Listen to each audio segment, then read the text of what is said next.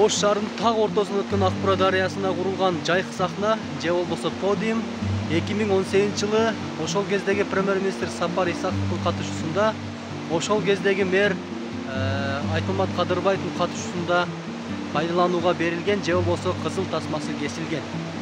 Андан бери 5 жыл өтсө дагы мына бүгүнкү жайкы сахнада шаардыктар билгендей, биз билгендей эч кандай маданий иш-чаралар өткөн жок. Азыр бул жерде өзүңүздөр күбө болгондой шаардыктардын жанагы шаардагы окуучулардын сүйүү сезимин билдирген доскага, сүйүү сезимин билдирген подиумга айланып кеткен. Же болбосо сойкуларды жарнамалоочу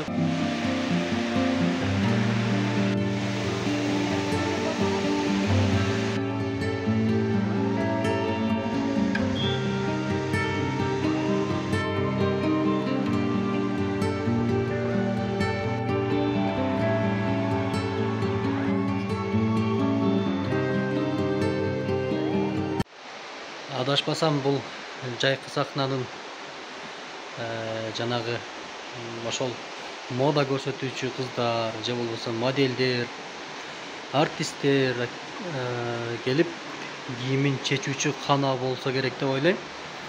Бүгүнкү күндө бул жак таштандык канага айланган. Бомуштар байырлаганбы же мындай кароосуз калып кароолу жок. Эски имаратка айланып калган. Да азыр свет жандырган. Свет такыр жок. Биякта электр шиттерин дагы мынтип зымдарын чыгарып тоноп талап кетишкен.